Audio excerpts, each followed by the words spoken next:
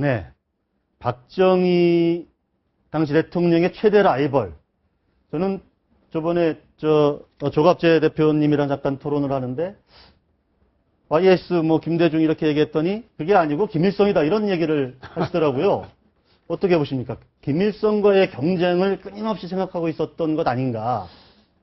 우리가 6.25 전쟁 이후 전후 복구를 하는 과정에서 네. 우리의 전후 복구 속도가 북한보다 상당히 뒤떨어진 걸로 되어 있었습니다. 예. 그래서 우리가 1971년 남북 적시자회담 처음 시작했을 때 네. 그때만 하더라도 우리가 북한보다 경제가 뒤떨어진 걸로 되어 있었습니다. 네.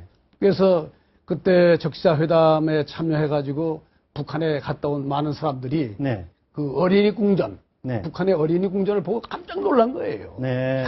북한이 이렇게 어린이를 위해서 네. 이렇게 궁전까지 지었다. 우리는 뭘 하고 있느냐. 네. 그 충격을 받아가지고 돌아와서 우리도 어린이를 위한 시설을 만들겠다 해가지고 만든 것이 어린이 대공원입니다. 네. 네. 그래서 그때만 하더라도 우리가 북한에 뒤졌었어요. 네. 뒤졌었어요. 그것이 아마 70대 중반을 계기로 네. 분수령을 해서 아마 이제 반전이 된 것으로 네. 알고 있습니다. 네. 그러니까 사실은 박정희 대통령 입장에서 보면은 국가안보도 중요하죠. 네. 국가안보를 위해서는 경제력이 있어야 되지 않습니까? 네. 경제력이 북한하고 뒤지는데 네. 북한보다 앞서야 되지 않겠습니까? 네. 그래서 이 양반이 참 국력 배양을 위해서는 경제력이 중요하다는 인식을 누구보다 한 것이 아닌가 이렇게 생각이 됩니다. 근데 당시에 그러니까 김일성, 그러니까 북한을 따라잡고 당연히 이제 넘어서야 되는 그런 노력을 했던 것인데 그러면서 또 김일성 당시 이제 7.4 남북 공동성명을 발표하지 않았습니까? 남북 간의 어떤 관계 개선을 또 하려고 하는 시도가 좀 있었는데 그게 약간 모순된 것 아닌가 이렇게 받아들일 수도 있는데 그게 어떻게 해석이 될 수 있는 걸까요? 김 교수님. 그 72년이면은 이제 미국이 그 동아시아 네. 전략에서 이제 빠지기 시작하는 거 아닙니까? 닉슨의 네. 소위 말해서 괌 독트린에 의해 가지고 네. 빠지기 시작하고 그다음에 뭐 주한 미군도 이제 감축을 좀 시키고 네. 중국이 고립돼 있다가 다시 이제 등장을 하고 네. 그러니까 그 와중에 남북 간의 긴장 완화를 시도는 했어야겠죠. 네. 진정성이 양쪽에 얼마나 있었는지 모르지만은. 네. 그러니까 남북 적십자 회담, 그 다음에 네. 7.4 공동 성명 네. 그런 거는 뭐 북한도 그런 필요성을 느낀 거고. 네. 그래서 그런 결과가 아닌가. 예. 근데 이제 결실을 못 봤다라. 월남 공산화가 박정희 독재를 강화시키는데 영향을 좀 줬을까요? 지금 박근혜 대통령께서 박정희 대통령을 평가라고 하니까 한 얘기가 있습니다. 네. 한반도가 박정희를 만들었듯이 네. 박정희도 한반도를 만들었다라는 얘기를 했었거든요. 네. 그거 참 상당히 의미 있는 말이라고 네. 생각하고 저도 그렇게 생각합니다. 근데 사실 아까 지금 우리 69년 71년 사이에 제가 경제가 반전된 것으로 알고 있습니다. 네.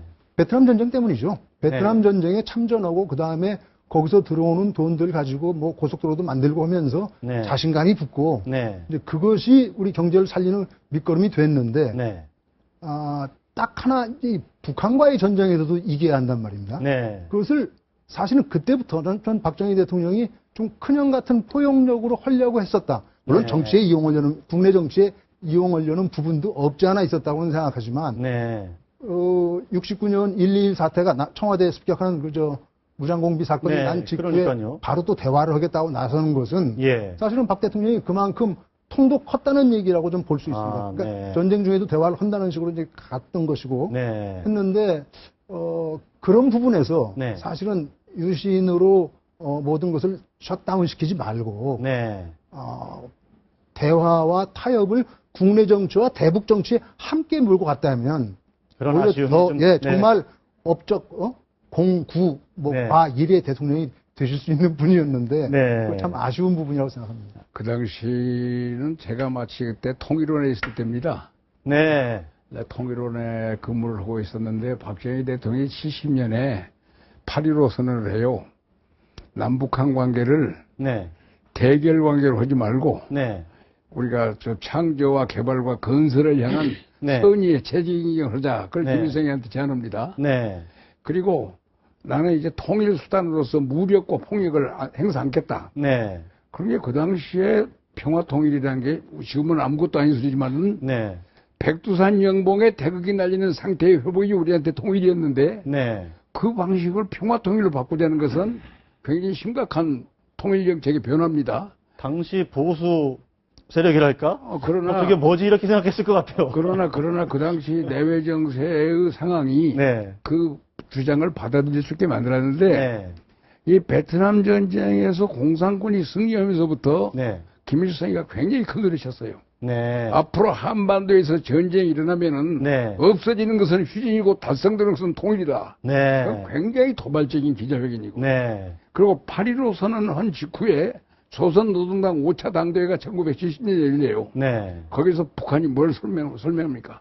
4대 군사로서의 완성을 그렇죠. 선언했어요. 네. 그러니까 4대 군사로서는 완성. 네. 그리고 인민전쟁 방식에 의한 평화 통일 추구. 네. 그런 도전이 나오기 때문에 닉슨은 자꾸 군대를 빼락하고 네.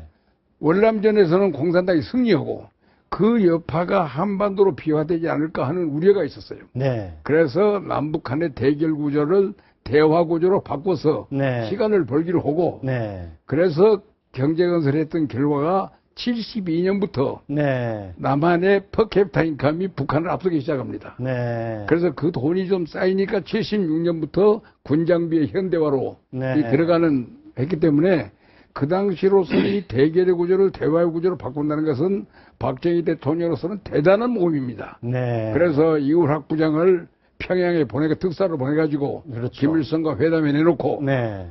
그래서 7.4 공동성명이 나오니까 우리 공무원들은 대외적으로는 비방국이고 대내적으로는 사상 교육을 강화시키라는 게 박 대통령의 지시였어요. 네.